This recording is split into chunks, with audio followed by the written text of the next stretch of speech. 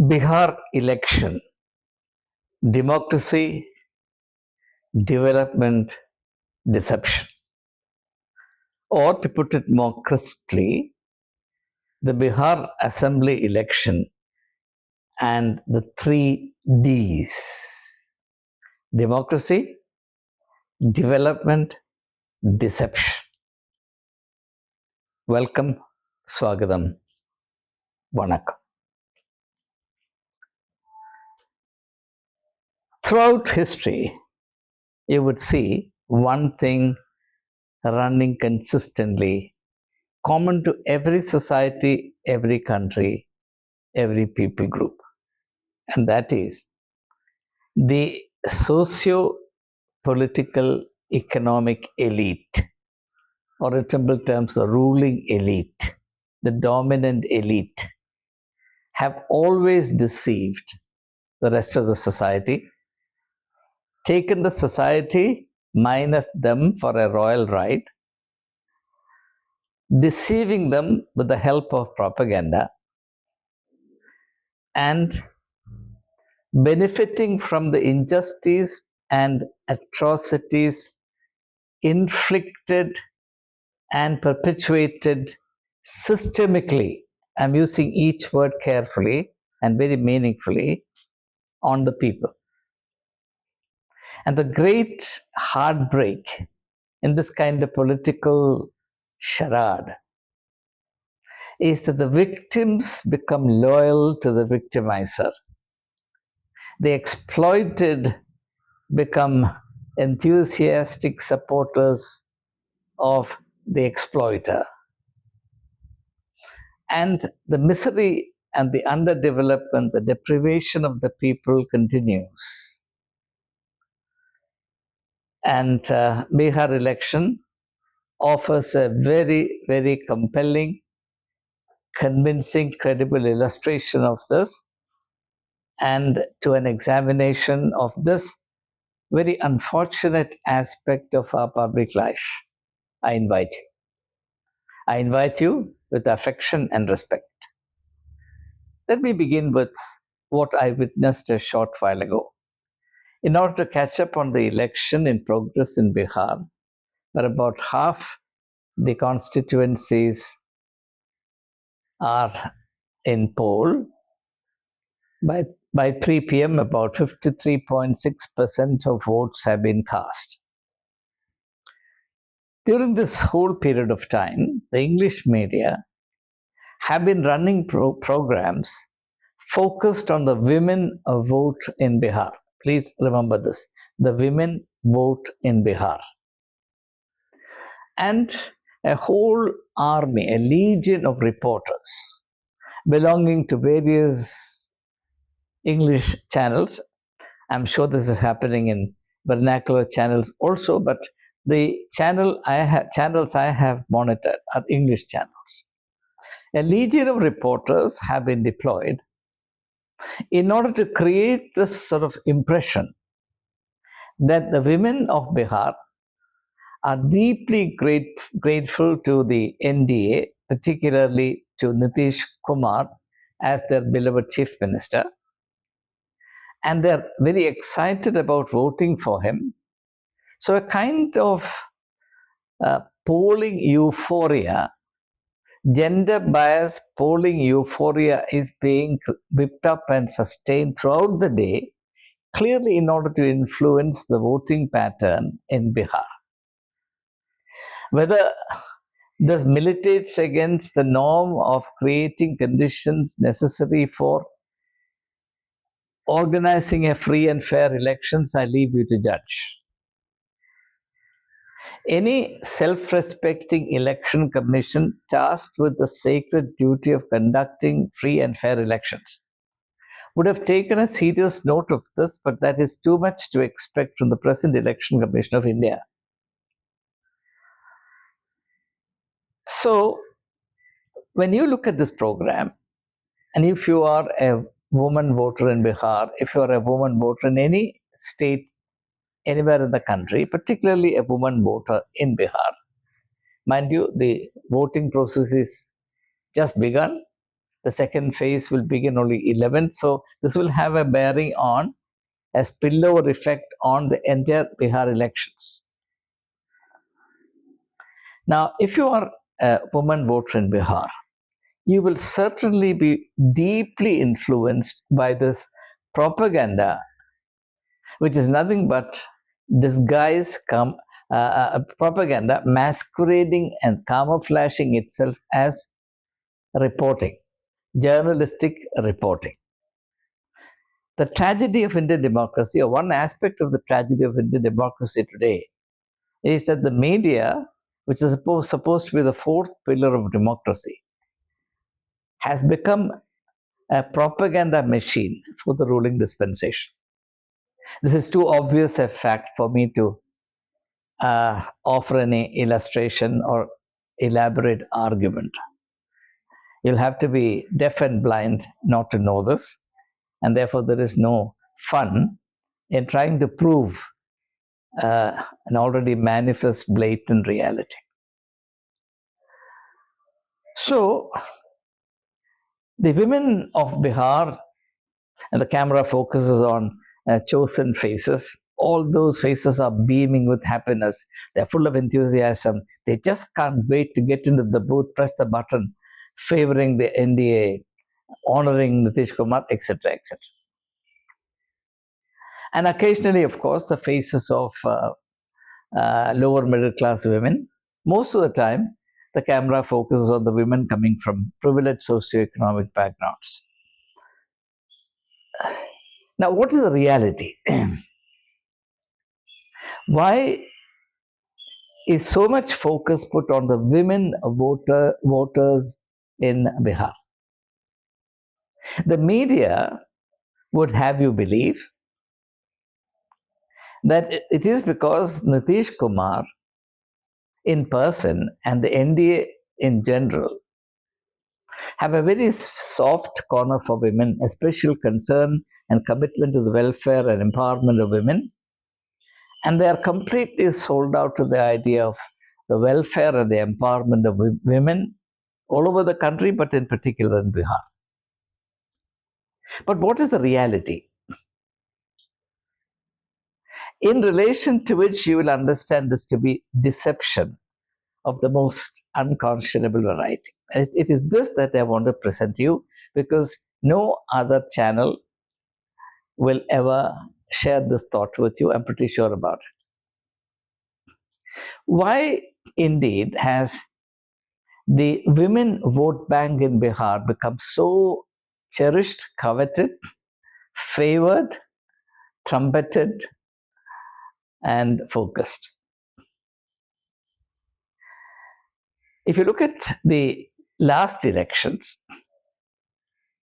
you will find that the women voters outnumbered men voters in Bihar assembly election 5 years ago by approximately 9 to 10%. Please keep this in the back of your mind, because it's very important for my argument.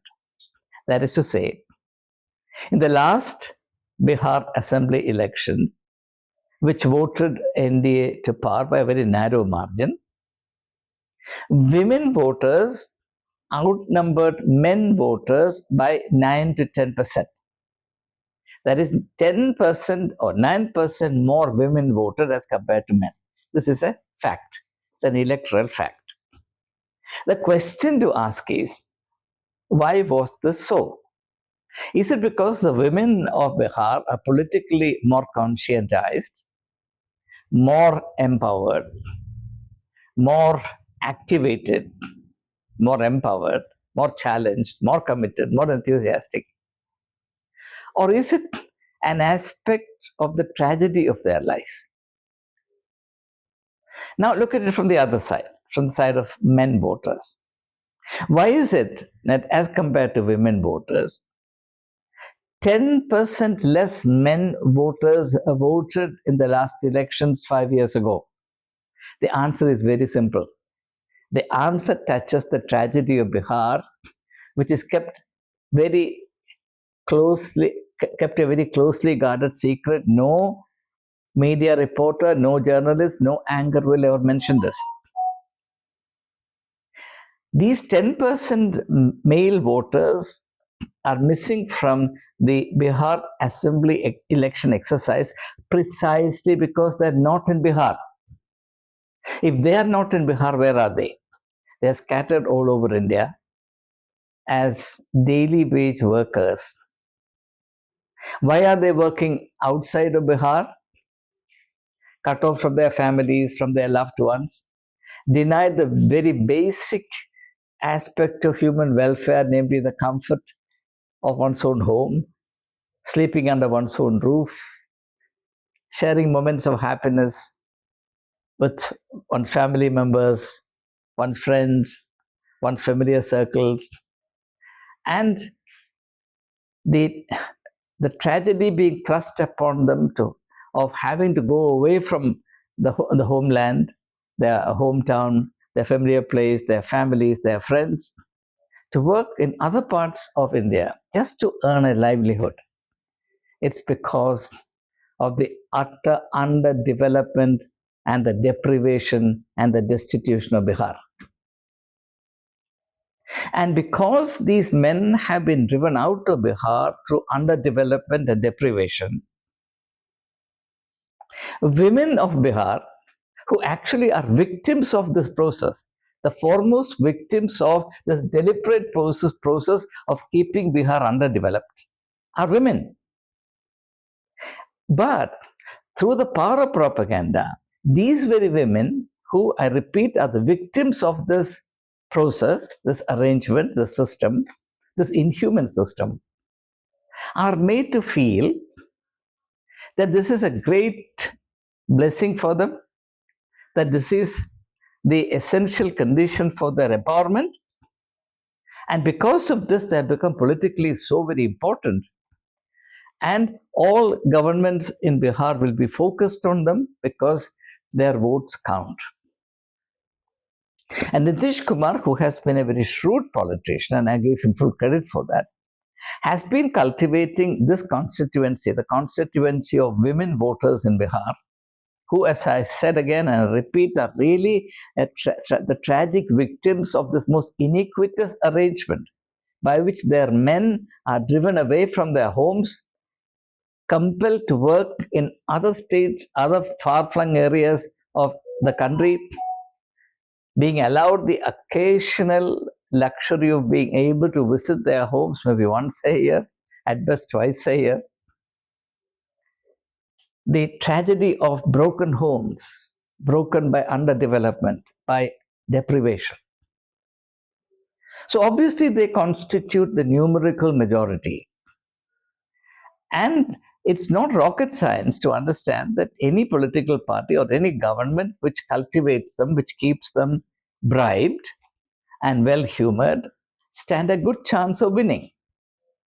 So Nitish Kumar, the shrewd politician, has been cultivating this constituency of deliberately created pockets of deprivation over the last 20 years through a variety of means that would keep these women marginally pleased. After all, if people are extremely poor, it takes very little to keep them pleased. Give them a bicycle, they think that the government has done them a great favor. Give them representation in the local body government, 50%. They feel that a great charity, a great act of charity has been extended to them. And now, on the eve of the present election and into the election, distribution of 10,000 rupees each to these women, virtually as bribes. It's nothing but bribes. It would make them fall overboard. It would make them go overboard precisely because of the deprivation, their destitution. If these families were developed, and Nitish Kumar were to distribute 10,000 rupees each on the eve of the elections, that action would be counterproductive because these women would feel insulted that a politician had the temerity to think that their political loyalty could be bought so cheap by transferring 10,000 rupees to into their accounts on the eve of the election. What was the Chief Minister doing for 5 years? Why did it become so essential, so imperative for him to transfer this money just on the day of the election? Only because the women are at the rock bottom level of development. But through the power of propaganda, these very women who are actually victims of underdevelopment are made to feel that this concealed bribe of 10,000 rupees is a master stroke of development. And then, through the help of the media, very grateful, beaming faces are projected for public consumption. That they all feel that here is a government that is totally committed to that development. It is this deception that makes me feel so angry, unbearably angry. And so long as this arrangement continues, let me tell you, the people of Bihar will continue to suffer. To me, there is no more painful reality than the male member, the father, the brother, the son of the house, having to go far away, leaving the loved ones behind, just to earn enough to keep the wolf away from the door, from the doorstep of the house, just to feed the family 3 bare meals a day. Robbing him and the family of this world of affection and the enrichment of life, that is their birthright. So the price that these families, these poor Bihari families have to pay just to survive is too horrendous to be contemplated. And yet, that very deprivation then becomes the basis for massaging their loyalty, deceiving them into believing that the doles that are distributed to them with mercenary intentions actually bespeak incomparable commitment and concern for them on the part of the ruling dispensation. To me, this is an insult to human dignity, insult to common sense, insult to our rudimentary sense of justice. And I say it again, perpetuating the deprivation and underdevelopment of the majority of people in Bihar is a political strategy. Now, compare Bihar with Kerala. Do you think that the kind of strategies that worked in Bihar over the last 20-25 years, if tried in Kerala, would work? Or would they become counterproductive? I dare say it would become counterproductive. In the first place, no politician would have the gumption to try this in Kerala. Why? Because the people are educated, the people are aware, people have self-respect, people understand what is what. The people are not perishing in the dark valley of deprivation. So that's why I'm saying perpetuation, the deprivation, and the underdevelopment of the people is a political strategy and is a precondition for bribing voters into voting according to certain predetermined patterns and keeping them also unaware of the terrible cost that they have to pay in terms of their family welfare. Now, one final thought and I'll close. Think of this 10,000 rupees.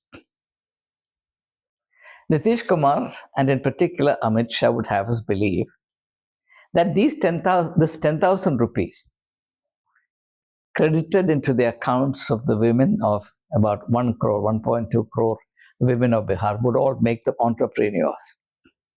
It's just like Narendra Modi saying that because he made the data cheap, all young men and women of Bihar can become rich people by making reels. How many reels can you make? How many of them have the training and the skill and the ability to make reels and make money out of them? Where is a market for it? Can Narendra Modi produce a list of 100 people who earn enough by producing these reels to support themselves and a family of 4? I challenge. But when a speech of that kind is made, it makes a big impact on the people. and it's carried far and wide. And you get the feeling that the whole of Bihar is actually thrashing about in wealth, and the people, the youth of Bihar, are empowered through the mere cheap data made available to them through the charity of a prime minister. Now, this is not development. Here, let me just quote a Chinese proverb. I'm sure that all of you are familiar with the proverb, but it's very relevant to this context. Therefore, I'll just remind you of that proverb, then I'll close. The proverb says that if you give 5 fish to a family, you feed that family once. But if you teach a member of the family how to catch fish, you will enable that family to look after itself for the years to come. So the model of development, which is electorally rewarding, which is now touted in Bihar as the government's particular act of gesture of commitment to the women of Bihar, is the development of distributing 5 fish. And this very electoral arrangement will rule out forever the possibility of development understood as teaching the villagers, teaching the people how to catch fish. If it's a question of distributing 5 fish per family, all these people will remain dependent on the charity of politicians, and therefore, naturally, they will feel grateful and their votes can be swayed. But on the other hand, if the strategy changes towards training them to catch fish, then they will become independent, they will develop, the children will get educated, they will wake up towards their personal dignity, and their expectations and aspirations will grow, and things will get out of control as far as the cheap idea of winning elections is concerned.